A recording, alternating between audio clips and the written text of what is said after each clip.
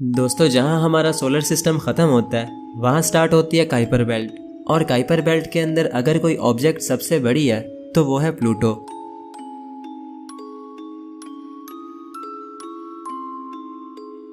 In fact Pluto एक ऐसी जगह पर है जहां सनलाइट 1% से भी कम पहुंचती है और उस जगह पर टेम्परेचर -200 डिग्री सेल्सियस से भी नीचे चला जाता है, जो कि इतना ठंडा है कि ये आपकी हड्डियों को भी जमा देगा।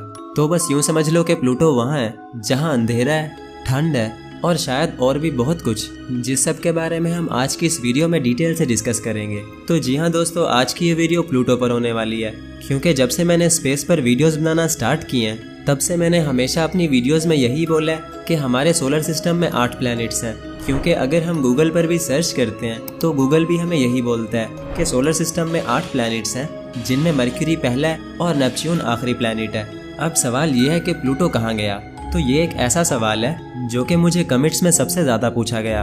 Where is Pluto? प्लूटो कहाँ है? Is Pluto not in our solar system? Pluto के बारे में शायद आप भूल गए हो। और भाई, अगर सोलर सिस्टम में 8 प्लैनेट्स हैं तो फिर प्लूटो आखिर कहाँ है? तो यार, आप लोगों के लिए मैं इतना ही बोलूँगा कि टेंशन मत लो, क्योंकि आज की इस वीडियो में आपको इन सभी सवालों के जवाब मिलने वाले हैं। वैसे तो मुझे डेली बहुत से कमेंट्स आते रहते हैं, लेकिन जिस टॉपिक के ऊपर मुझे सबसे ज़्यादा कमेंट्स आए हैं वो प्लूटो ही है। शायद लोग ये जानना चाहते हैं कि प्लूटो के साथ आखिर क्या हुआ और आखिर क्यों अब उसे एक प्लैनेट नहीं माना जाता। लोगों के मन में प्लूटो को लेकर बहुत सारे सवाल हैं और अगर हमें इन सभी सवालों का जवाब जानना है तो उसके लिए हमें प्लूटो की कहानी को भी शुरू से शुरू करना पड़ेगा।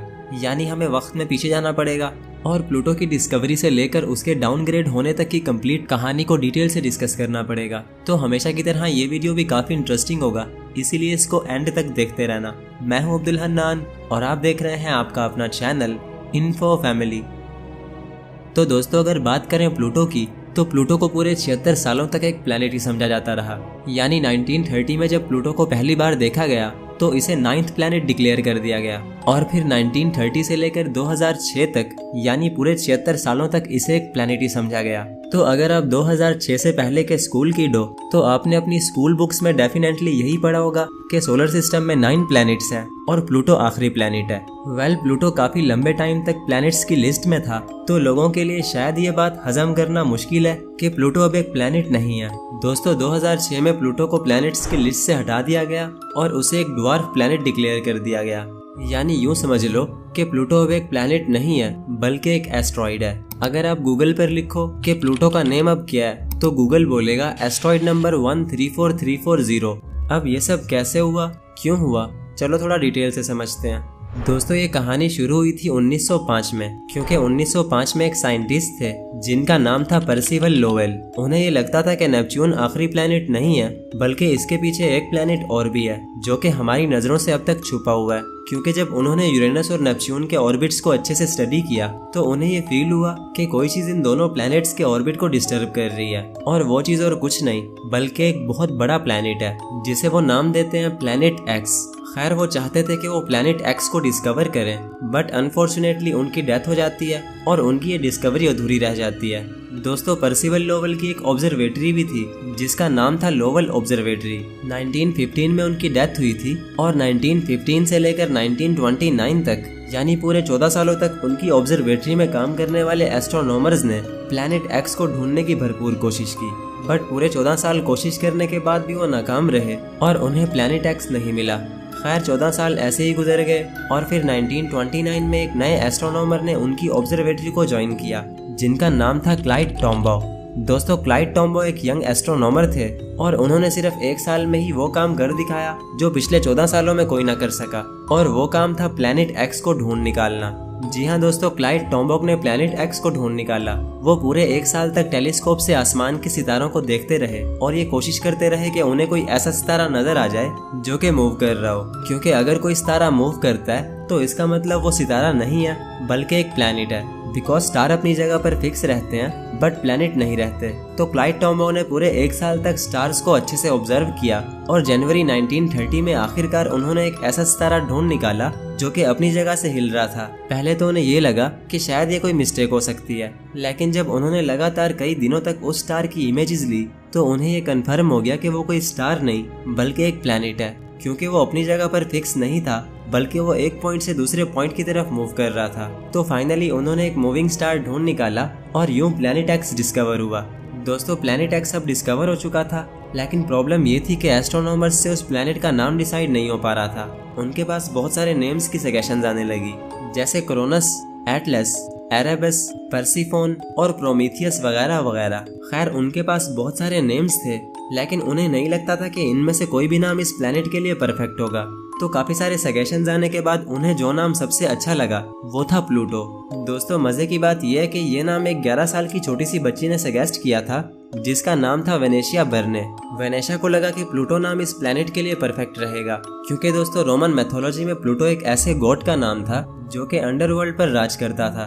तो वहीं अगर हम प्लैनेट एक्स को देखें तो प्लैनेट एक्स भी एक ऐसी जगह पर था जो कि लगभग अंडरवर्ल्ड की तरह ही है, यानी काइपर बेल्ट। और अगर आपको काइपर बेल्ट का नहीं पता तो मैं आपकी जानकारी के लिए बताता चलूं कि प्लैनेट नेपच्यून के आगे एक ऐसा रीजन स्टार्ट होता है जहां ट्रिलियंस ऑफ ऑब्जेक्ट्स एक गोल चक्कर बनाकर सन के गिर्द ऑर्बिट कर रही हैं, जिसमें बहुत सारे एस्ट्रॉइड्स, कॉमेट्स, ड्वार्फ प्लैनेट्स और आइसी रॉक्स वगैरह शामिल हैं। तो दोस्तों स्पेस के इस रीजन को हम काइपर बेल्ट कहते हैं, और काइपर बेल्ट में अगर कोई ऑब्जेक्ट सबसे बड़ी है तो वो प्लूटो ही है।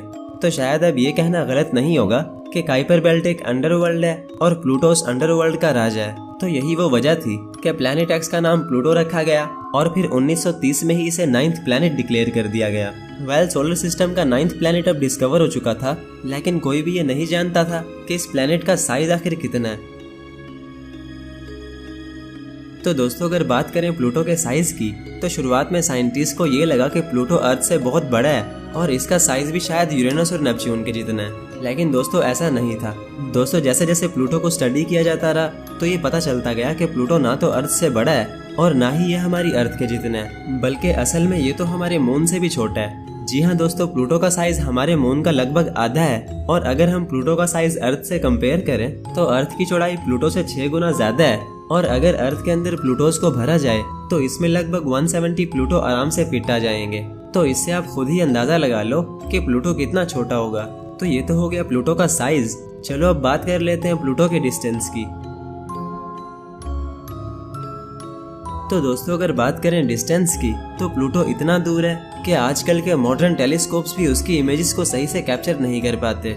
दोस्तों प्लूटो सन से 7.4 बिलियन किलोमीटर्स या फिर 49.4 एस्ट्रोनॉमिकल यूनिट्स दूर है। और अगर आपको एस्ट्रोनॉमिकल यूनिट का नहीं पता तो मैं आपको बताता चलूं कि सन और अर्थ के बीच का जो डिस्टेंस है उसे हम साइंस की लैंग्वेज में एक एस्ट्रोनॉमिकल यूनिट कहते हैं। यानी जैसे प्लूटो सन से 49 एस्ट्रोनॉमिकल यूनिट्स दूर है, तो इसका मतलब वो सन और अर्थ से 49 गुना ज्यादा फासले पर है। और जैसे कि मैंने बोला कि प्लूटो सन से इतना दूर है कि आजकल के मॉडर्न टेलीस्कोप्स भी उसकी इमेजेस को अच्छे से कैप्चर नहीं कर पाते। तो ये है प्लूटो की वो इमेजेस जो कि हबल टेलीस्कोप ने ली हैं। इनमें आप देख सकते हो कि प्लूटो कितना फजी दिखाई दे रहा है। ना तो प्लूटो का सही से कलर दिख पा रहा है और ना ही उसकी डिटेल्स दिख रही हैं। तो यही वजह थी कि साइंटिस्ट को प्लूटो को स्टडी करने में दिक्कत हो रही थी, और वो ये समझ चुके थे कि अगर उनको प्लूटो को अच्छे से स्टडी करना है तो उन्हें प्लूटो पर एक स्पेशल स्पेसक्राफ्ट भेजना पड़ेगा। और यही सब सोचकर वो एक स्पेशल स्पेसक्राफ्ट को डिजाइन करते हैं जिसका नाम था न्यू होराइजन्स।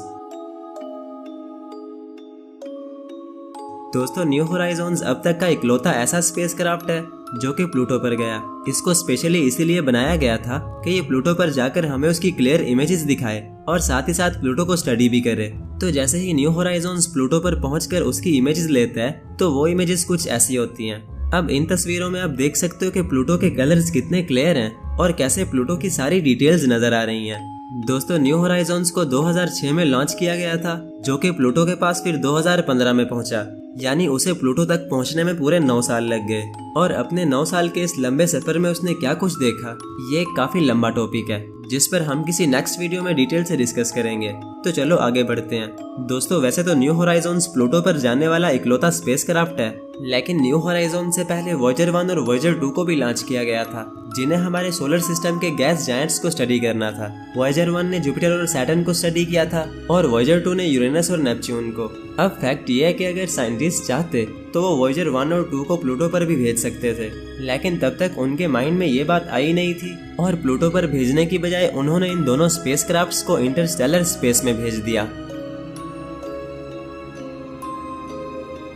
दोस्तों जैसे कि हम जानते हैं कि प्लूटो सन से पूरे 7.4 बिलियन किलोमीटर्स दूर है, तो ये दूरी इतनी ज्यादा है कि प्लूटो पर सनलाइट ना होने के बराबर है। दोस्तों प्लूटो पर सन की लाइट 1% से भी कम पहुंचती है और यही वजह है कि प्लूटो का आसमान इतना काला है कि आपको वहां दिन में भी स्टार्स आराम से दिखाई देंगे। और इसी तरह अगर टेम्परेचर की बात करें तो प्लूटो का टेम्परेचर सभी प्लैनेट्स से ज्यादा ठंडा है। जहां यूरेनस का लोवेस्ट टेम्परेचर -224 डिग्री सेल्सियस और नेपच्यून का -214 डिग्री सेल्सियस है, वहीं प्लूटो का टेम्परेचर -233 डिग्री सेल्सियस तक चला जाता है, जो कि इसको बाकी सभी प्लैनेट से ज्यादा ठंडा बनाता है।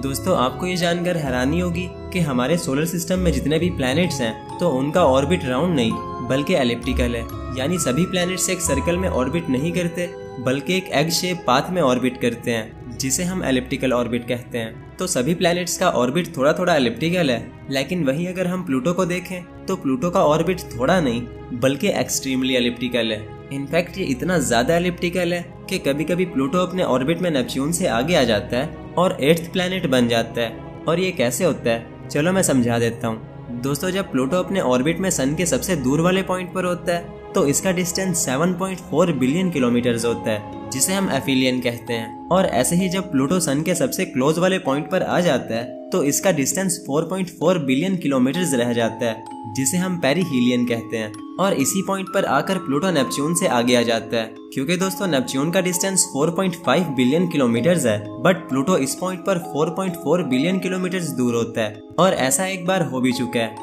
दोस्तों फरवरी 1979 से लेकर फरवरी 1999 तक, यानी पूरे 20 सालों तक प्लूटो नेपच्यून से आगे था और सोलर सिस्टम का 8वां प्लैनेट था, जो कि काफी इंटरेस्टिंग बात है। ऐसे ही दोस्तों अगर रोटेशन की बात करें तो प्लूटो भी वीनस और यूरेनस की तरह क्लॉकवाइज रोटेट करता है। जहां सभी प्लैनेट्स एंटी क्लॉकवाइज घूमते हैं, वहीं ये तीनों क्लॉकवाइज घूमते हैं।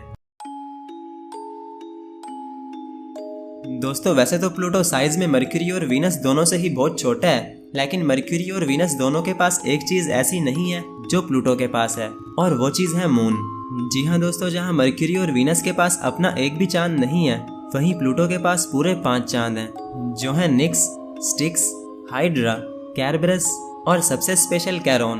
क्योंकि दोस्तों कैरोन प्लूटो का सबसे बड़ा चांद है, जो कि प्लूटो के साथ डांस करता रहता है। यानी वो प्लूटो के गिर्द तो ऑर्बिट करता ही है, लेकिन साथ साथ प्लूटो को भी अपने गिर्द ऑर्बिट कराता है। और ये सब कैरोन के बड़े साइज की वजह से होता है। दोस्तों कैरोन का साइज प्लूटो का लगभग हाफ है, और यही वजह है कि कैरोन की ग्रेविटी प्लूटो पर बहुत ज्यादा इफेक्ट डालती है, जिसकी वजह से प्लूटो और कैरोन दोनों ही एक दूसरे के गिर्द घूमते रहते हैं।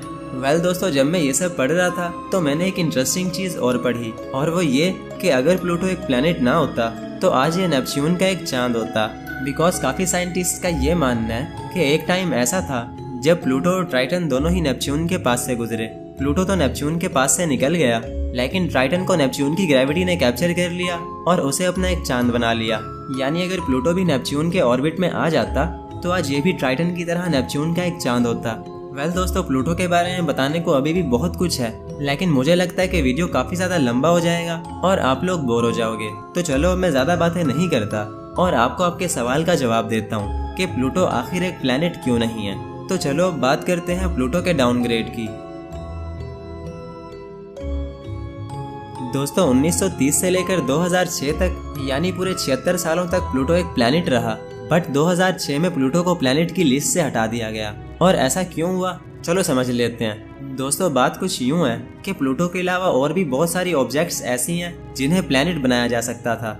जैसे सीरिस नाम के इस ड्वार्फ प्लेनेट को ही देख लो। ये ड्वार्फ प्लेनेट मार्स और जुपिटर के बीच यानी एस्ट्रॉइड बेल्ट में मौजूद है, तो ये भी तो एक प्लेनेट बन सकता था ना। इसके अलावा दोस्तों काइपर बेल्ट में भी बहुत सारे ऑब्जेक्ट्स और ड्वार्फ प्लैनेट्स ऐसे हैं जो कि सन के गिर्द ऑर्बिट कर रहे हैं, जैसे एरिस, हाउमिया और माके वगैरह वगैरह। तो अब अगर इन सभी ऑब्जेक्ट्स को प्लैनेट्स बना दिया जाता तो सोलर सिस्टम में इतने ज्यादा प्लैनेट्स हो जाते जिनका शायद नाम याद करना भी मुश्किल हो जाता। तो यही सब सोचकर 2006 में IAU यानी इंटरनेशनल एस्ट्रोनॉमिकल यूनियन के एस्ट्रोनॉमर्स ने एक प्लैनेट के लिए कुछ शर्तें रख दी। उनके मुताबिक अगर कोई ऑब्जेक्ट उन सारी शर्तों को पूरा करेगा तो वही ऑब्जेक्ट एक प्लैनेट बनेगा। और वो शर्तें ये थी, प्लैनेट को एक सेलेस्टियल बॉडी होना चाहिए और सन के गिर्द ऑर्बिट करना चाहिए, जो कि प्लूटो करता ही है। प्लैनेट के पास इतना मास होना चाहिए कि वो अपने आप को ऑलमोस्ट एक राउंड शेप में ढाल सके, तो प्लूटो ये शर्त भी पूरी करता है। प्लैनेट को एक मून नहीं होना चाहिए। तो प्लूटो कोई मून तो है नहीं। चौथी और आखिरी शर्त, प्लैनेट के ऑर्बिट में उसका नेबरहुड क्लियर होना चाहिए। अब इसका क्या मतलब? पहले तो मुझे भी इसका मतलब समझ नहीं आया था, लेकिन काफी स्टडी करने के बाद मुझे समझ आ गया। दोस्तों, इसका मतलब है कि प्लैनेट के पास एटलीस्ट इतनी ग्रेविटी होनी चाहिए जिससे वो अपने ऑर्बिट को क्लीन रख सके। यानी वो अपने ऑर्बिट में आने वाली किसी भी चीज को अपनी ग्रेविटी से ही धक्का मारकर ऑर्बिट से बाहर निकाल दे, फिर चाहे वो कोई एस्ट्रॉइड हो या फिर कोई ड्वार्फ प्लैनेट। तो अनफॉर्चुनेटली प्लूटो ये शर्त पूरी ना कर सका। प्लूटो के पास इतनी ग्रेविटी नहीं है कि वो अपना ऑर्बिट क्लीन रख पाए, और यही वजह है कि प्लूटो को 2006 में ही प्लैनेट्स की लिस्ट से निकाल दिया गया और उसे एक ड्वार्फ प्लैनेट डिक्लेयर कर दिया गया। यानी ऐसा प्लैनेट जो कि इन सभी कंडीशंस में से कोई ना कोई कंडीशन मिस कर रहा हो। तो अगर आपने अपनी बुक्स में प्लूटो को एज ए 9th प्लैनेट पढ़ा था तो डेफिनेटली आपको अब थोड़ा सैड फील हो रहा होगा, क्योंकि ये छोटा प्लूटो कभी बचपन में छोटे बच्चों का फेवरेट प्लैनेट हुआ करता था। तो आई होप आपको आपके सभी सवालों का जवाब मिल गया होगा और इस वीडियो से कुछ नया सीखने को भी मिला होगा। आपको तो पता ही है कि इन वीडियोस पर कितनी स्टडी होती है और फिर इनकी कितनी ज्यादा एडिटिंग करनी पड़ती है। तो यार मेरी इस एफर्ट पर एक लाइक तो बनता ही है, तो लाइक लाजमी करना। और अगर ऐसे ही अमेजिंग वीडियोस देखना पसंद करते हो तो मेरे इस छोटे से चैनल को फॉलो और सब्सक्राइब करके रख लेना। बस तो फिर मैं मिलता हूँ किसी नेक्स्ट वीडियो में, तब तक के लिए अल्लाह हाफिज।